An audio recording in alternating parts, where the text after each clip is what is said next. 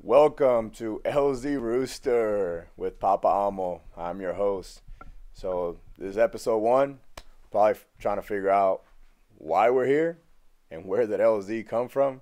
So LZ is a military term for landing zone and civilian as well. But I wanted to use it because of my background in aviation and all my experiences so far in life. And then the rooster comes back from my roots. Grew up in Puerto Rico, born and raised. So grew up around a lot of chickens, and it's part of our culture to, you know, cockfighting and a bunch of other stuff. So how do I tie that into leadership? Is because I want to talk about how that cockiness level of a leader is wanted. You want to have a sense of cockiness, but at the same time you want to be humble. So that's why the rooster came in. Rooster to me is it's an animal that can do anything. It can fight, can feed a lot of people, so it gives back to the community. But at the same time, it can stand its ground and, go to battle for its own. So that's where LZ Rooster comes from. And in this podcast, we're going to talk about leadership. We're going to talk about life.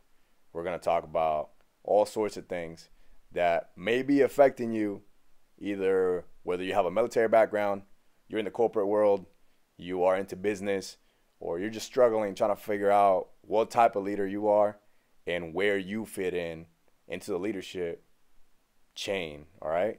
So with that said, recently, some of you might have seen my personal Instagram story.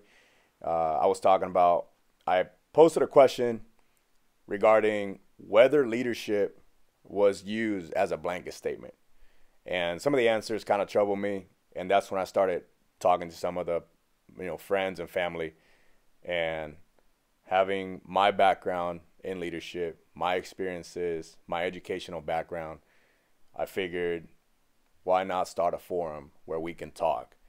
We can express some of the common trends, some of the common downfalls, some of the issues in today's society without targeting anything in specific and without putting a bad taste in anybody's mouth, but using those experiences to learn and develop and grow.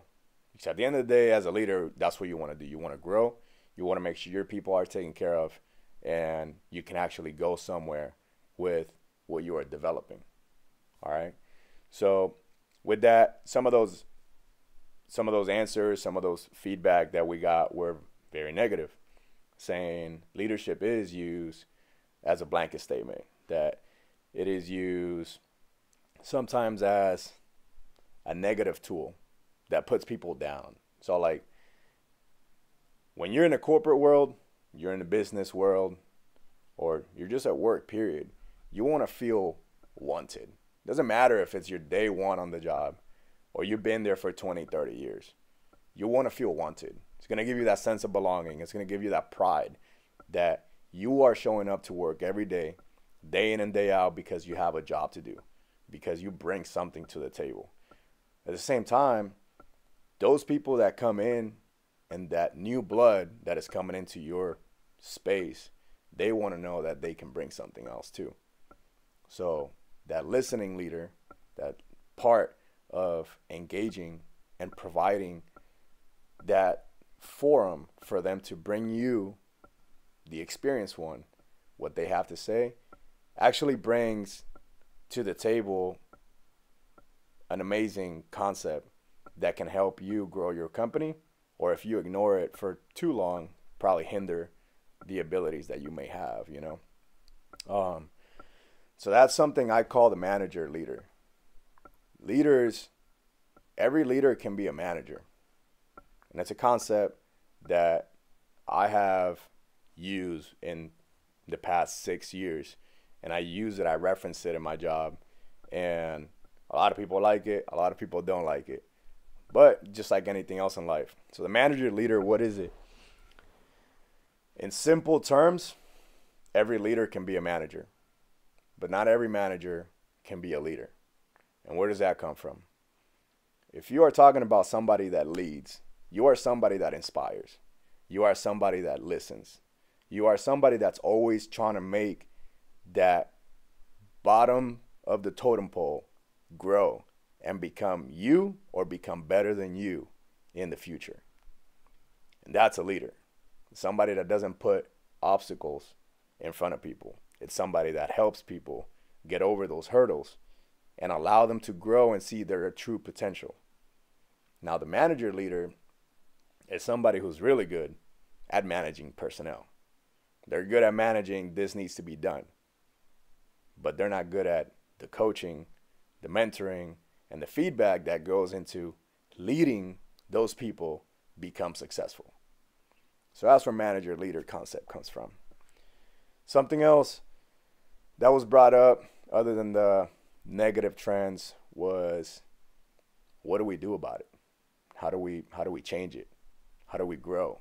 My manager doesn't like change, or my leader doesn't even talk to us much. Well, establishing those relationships, establishing a common ground, something that is going to help you communicate better, even if it's not about work at first, will help you engage better. Once you create that connection with each other, that connection is going to help you develop. It's going to help you engage further and allow that person to maybe want that change, maybe understand that the holy crap factor needs to kick in a little bit, and then maybe actually make that progress for the better future of the company. In all reality, a leader and a manager could be the same thing. But at the end of the day, a leader would have a more mentally draining job. A leader is never done. A leader is never satisfied because there's something else that you can always do. A manager will check that box and say, we're done for the day. Let's go home.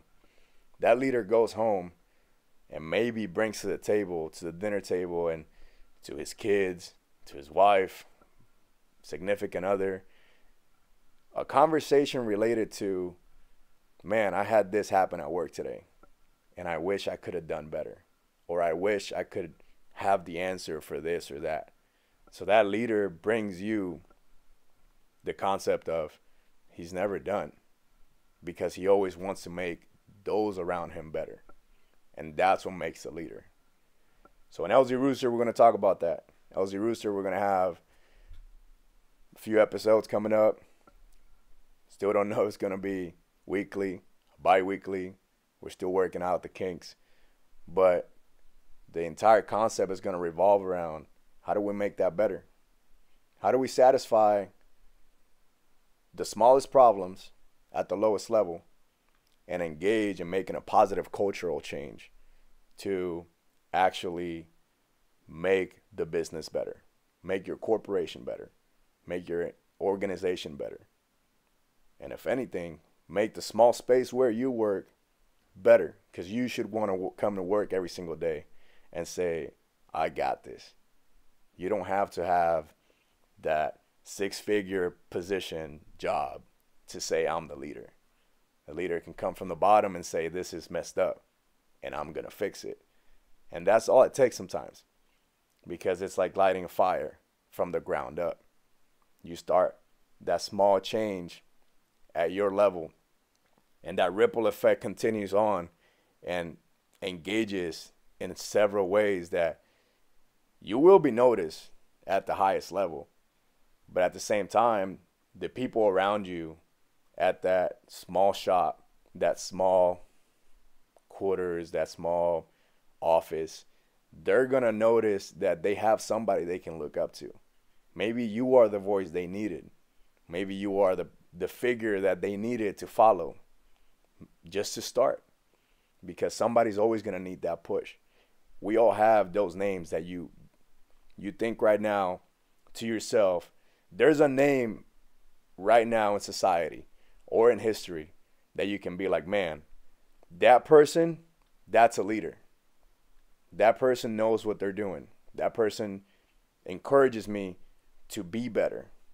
to be better physically fit, to be better at a better husband, to be a better person in society, to be better at my job. That person inspires you. Everybody needs that person. And you, as a leader, may be that person without even knowing it.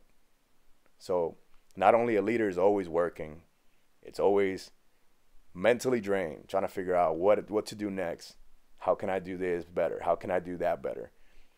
But they do it in a way that they never know that they're doing it because it's humbling.